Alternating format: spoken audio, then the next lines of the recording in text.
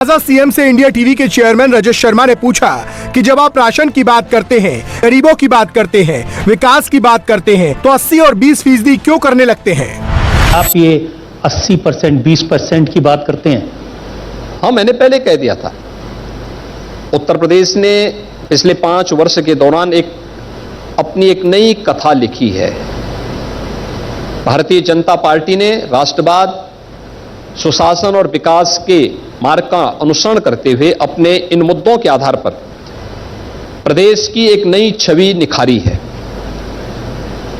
और हमने उन सभी मुद्दों को इस दौरान आगे बढ़ाया है जो हमने कहा था। डबल इंजन की भारतीय जनता पार्टी की सरकार का लाभ समाज के प्रत्येक तबके को प्राप्त हुआ है। हर व्यक्ति इससे लाभान्वित हुआ है। सुरक्षा का एक माहौल सबको मिला है। हमने चेहरा देख करके सुरक्षा नहीं दी। सुरक्षा सबको, सम्मान सबको, योजनाओं का लाभ सबको। चूंकि सबसे पहले पश्चिमी उत्तर प्रदेश में चुनाव है, इसलिए कैराना हर किसी के एजेंडे में है। विपक्ष अपने प्रचार में बोल रहा है कि कैराना में कहीं कोई पलायन नहीं हुआ और बीजेपी बोल रही है कि हमने डर और भय के माहौल को शांति में बदल दिया है। विपक्ष के इस आरोप पर भी चुनाव मंच में सवाल किया गया। सीएम ने कहा कि जिन लोगों को लगता है कि सरकार झूठ बोल रही है, वो कैराना की मां बहनों से बात कर सकते हैं। अब एक सत्य आपका है, आप मेरठ में, मुजफ्फरनगर में लोगों को बताते हैं, पलायन की याद दिला रहे हैं, यहाँ से लोगों का पलायन हुआ। उन्होंने कहा कि पलायन की लिस्ट झूठी थी, कोई पलायन हुआ ही नहीं था। देखिए, अब कोई व्यक्ति सच्चाई से ही मुंह मोड़ ले, उसको क्या कह सकते हैं। मैं तो कैराना में स्वयं गया था 2 महीने पहले। कैराना के पीड़ितों से मैं स्वयं मिला था। कैराना में जाकर के मैंने वहां के उन व्यापारियों से भी पूछा था।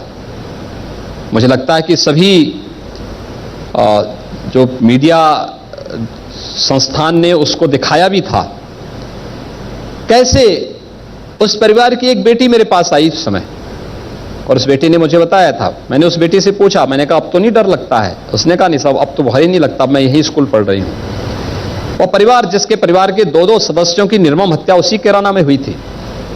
आज वे लोग वापस फिर से 6 वर्ष के बाद कैराना में आकर के अपना व्यवसाय फिर से प्रारंभ कर चुके हैं।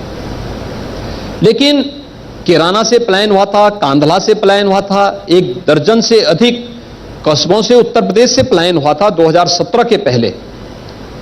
लेकिन 2017 के बाद पलायन नहीं हुआ। पूरे भारत में कुछ दिन पहले एक छापेमारी की चर्चा हो रही थी। कानपुर में करोड़ों का कैश एक कारोबारी की घर की दीवारों से बेडरूम के दीवान से निकल रहा था। कोई कह रहा था कि इत्र कारोबारी पीयूष जैन अखिलेश यादव का मित्र है। कोई कह रहा था कि छापेमारी करने वालों में भारी चूक हो गई। इंडिया टीवी के चुनाव मंच में योगी आदित्यनाथ ने बताया कि तस्वीरें झूठ नहीं बोलती, अब तो सारा सच सामने है।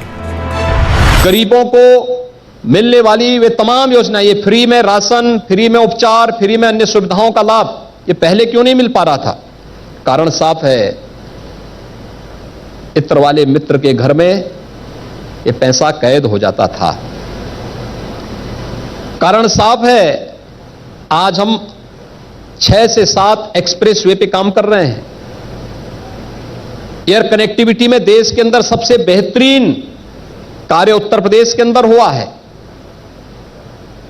यह कार्य पहले क्यों नहीं हो पा रहा था? कारण साफ था, क्योंकि इत्र वाले मित्र के साथ यूरोप की यात्रा का आनंद लेने वाले लोग उत्तर प्रदेश की विकास की योजनाओं पर डकैती डालते थे, गरीबों के हक पर डकैती डालते थे। और आज वही पैसा जब आरसीसी की दीवार पर जेसीबी लग करके निकाला जाता है, तो नोटों की का वह ढेर, नोटों का वह पहाड़ इनके सामने सफाई देने के सिवाय कोई दूसरा चारा नहीं छोड़ता है। और इसलिए कहते हैं कि हमारा तो उनसे कोई संबंध ही नहीं है। संबंध नहीं था तो फिर सफाई क्यों दे रहे थे? क्यों पीड़ा हो रही थी? जी, वो कहते हैं कि वो मेरे दोस्त नहीं थे, वो तो बीजेपी के दोस्त से, गलती से उनका रेड मार दी। 2015 की फोटो झूठ नहीं बोलती है। मैं आपको इंटरव्यू दे रहा हूं यहां पर, और कल मैं इंडिया टीवी के इस इंटरव्यू से मुकर जाऊं कि वो तो मैं था ही नहीं, तो इससे बड़ा सफेद झूठ और क्या हो सकता है? 2015 की फोटो तो इस बात को बताती ही है कि यूरोप की यात्रा का आनंद किन के साथ ये लोग ले रहे थे। इसलिए वे कितनी भी सफाई दें, देखिए सत्य सत्य होता है और जनता की अदालत उस सत्य को सामने ला ही देती है।